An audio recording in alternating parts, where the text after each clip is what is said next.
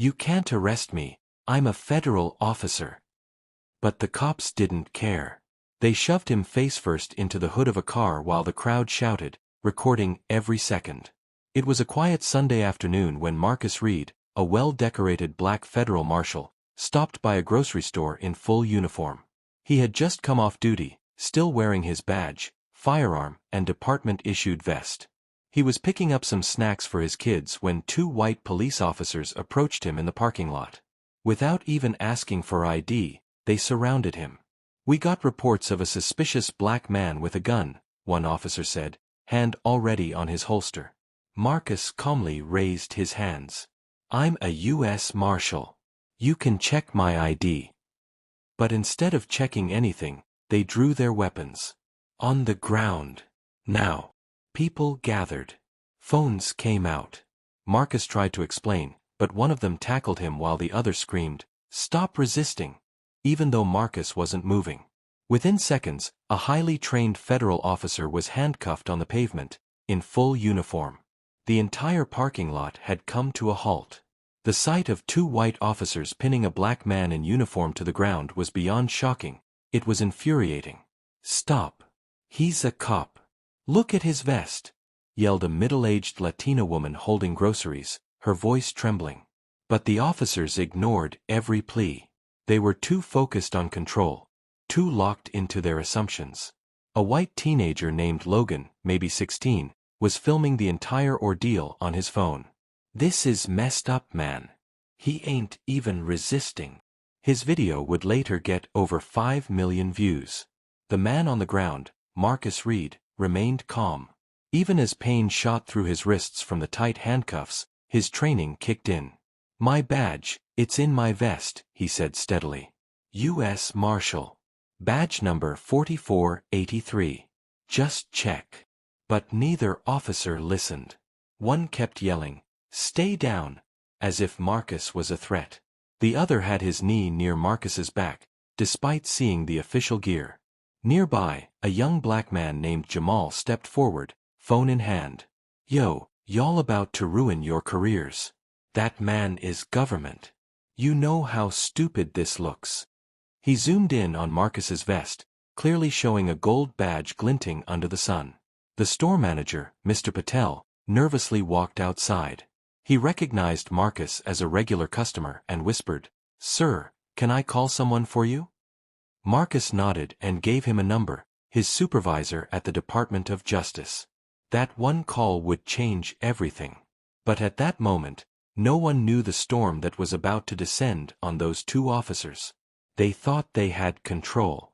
But justice was already on its way, and it was wearing a suit. Sirens didn't announce his arrival, power did.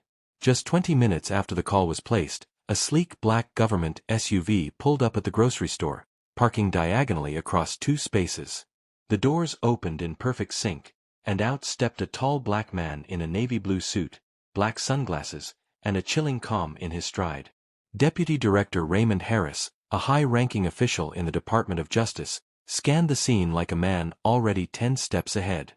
He was accompanied by two other agents, all in suits, badges flashing. He didn't yell. He didn't need to. He walked directly up to the officers and said one sentence, low, calm, and full of power. "Uncuff him. Now." The two officers looked confused, then nervous. Sir, we had reports of a suspicious individual with a weapon," one tried to explain, gesturing toward Marcus still lying on the ground. Raymond cut him off. "That suspicious individual is a federal marshal with higher clearance than both of you combined." The officer stuttered. "We didn't know Because you didn't ask. You didn't listen. You didn't even look." He turned to Marcus, knelt down, and personally removed the cuffs from his wrists. "You okay?" Marcus nodded, his eyes steady but burning with humiliation. Raymond stood up and faced the crowd, knowing full well dozens of phones were still filming. Let the record show, these officers racially profiled and assaulted a fellow officer. In uniform. With badge visible. This is not just misconduct, it's a civil rights violation. Then came the sentence that shook both cops to their core. "You're suspended." Effective immediately. You'll be contacted by Internal Affairs. Justice didn't shout. It whispered, and it still echoed like thunder. The fallout was swift and brutal. By the next morning, the footage of Marcus being handcuffed in uniform had exploded across the internet. Every major news outlet replayed it, side by side with still images of his badge glinting under the sun, untouched, ignored. The headline on nearly every screen read, "Federal Marshal arrested by local cops, while in uniform." Social media erupted with outrage. "This is what being black in America looks like, even with a badge," one tweet read. "How do you arrest a man who's literally your backup?" another asked. Local news anchors tried to remain neutral, but public opinion wasn't. Community members flooded the police department with calls, demanding accountability. Outside the station, protests began forming, peaceful but powerful. Signs read, "Being black isn't probable cause. Marcus could have been killed. Uniforms don't erase racism." Inside City Hall, emergency meetings were held behind closed doors. The police chief tried to spin the story, issuing a shaky statement. The officers believed they were acting in the best interest of public safety. But nobody bought it. The Department of Justice released their own statement, clear and unapologetic. "Our agent was unlawfully detained, despite full identification and compliance. This incident reflects a larger issue that must be addressed immediately." Within 72 hours, both officers involved were fired. Not suspended. Not transferred. Fired. Internal Affairs launched a full investigation into their conduct, and the department's broader culture. Meanwhile, Marcus declined interviews, choosing silence over spectacle. But his silence spoke louder than any microphone. Because in this case, the badge didn't protect him. The truth did. And now, the country was listening. Marcus could have gone quiet. He could have stayed in the shadows, nursing the humiliation of being handcuffed in front of the very people he'd sworn to protect. But that wasn't his way. Instead, he stood tall, and chose to speak not with rage, but with purpose.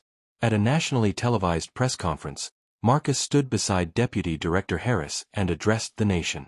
"I wore this uniform because I believed in justice. But that day, I learned something painful. Even a badge can't shield you from bias when your skin is black." His voice never cracked. His hands never trembled. But the room was silent. "I wasn't the first. But I'm speaking out so that maybe I'll be the last." His words touched millions. Children wrote to him. One note from an 8-year-old boy named Tyrell read, "Dear Officer Marcus, you're my hero. I want to be brave like you when I grow up." The DOJ promoted Marcus to lead a new task force focused on bias training, community outreach, and holding law enforcement accountable. He became a symbol of both strength and integrity. And those two officers, their careers were over. Their names were etched into internet history, not as protectors of peace, but as examples of what unchecked racism looks like behind a badge. News anchors called Marcus the face of quiet strength. Civil rights leaders called him the hero in uniform. But Marcus didn't want fame. He just wanted change. "This isn't about revenge," he said in his final statement. "It's about reform.